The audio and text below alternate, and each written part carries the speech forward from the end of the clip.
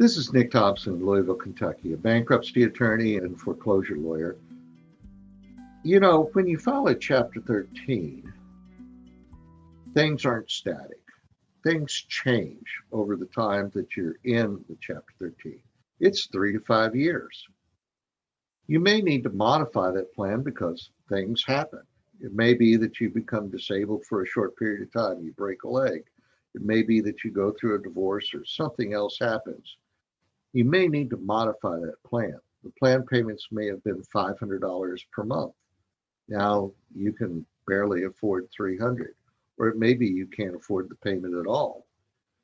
There are times when you can modify the plan for a short period of time, or you can modify it over a length of time. And as long as the priority debts and the secured debts are paid in full during your plan, and as long as your plan pays back as much as a Chapter 7 would have, then there's no liquidation problems. Then quite generally, you're able to modify the plan and lower the amount that you're paying to unsecureds. At 100%, you never have to turn over your income tax refund check. You never have to file an annual budget.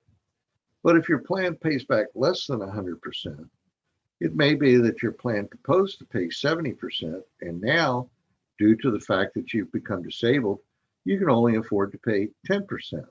You simply modify the plan by amending the order of confirmation or filing a motion to amend the Chapter 13 plan itself, and you change the plan payments or you change the percentage that's being paid back to the unsecured creditors. These plan modifications are rather simple to do, but you need to notify your attorney that you need that modification. You don't want to dip into your 401k or and cause a tax problem to yourself and just continue to make those payments. Instead, lower them to where it's affordable for you. Also, you can sometimes get an early discharge. What an early discharge is that you are unable to complete the plan due to no fault of your own. You can't murder your husband and then say, sorry, I don't have his income. Now I need to get an early discharge. But it may be due to disability or some other reason that you don't have the income to complete the plan, and you simply end up having a 4-year plan or a 4.5-year plan instead of a 5-year plan.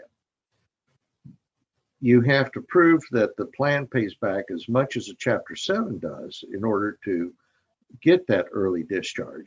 And you have to show that the early discharge is not due to any fault of yourself. You can't create the problem and then complain about it. But certainly all of these modifications and these early discharges are available to you, as well as converting over to a Chapter 7 as long as your income is low enough to qualify for a Chapter 7. You also want to take a look at and make sure that you're not losing any property in a Chapter 7. Sit down with a qualified attorney, somebody who knows what can be and cannot be done.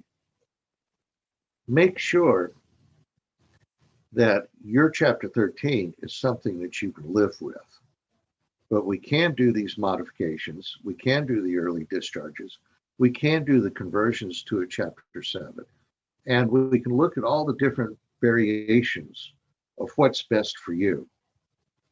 This is Nick Thompson in Louisville, Kentucky. Look over our website, download our manual. Make sure that you spend 2 or 3 hours reading it so that you become an educated debtor in a Chapter 13, and you ensure that that Chapter 13 works out and becomes what's best for you. Give us a call if you need a consultation. We're happy to provide it. Thank you.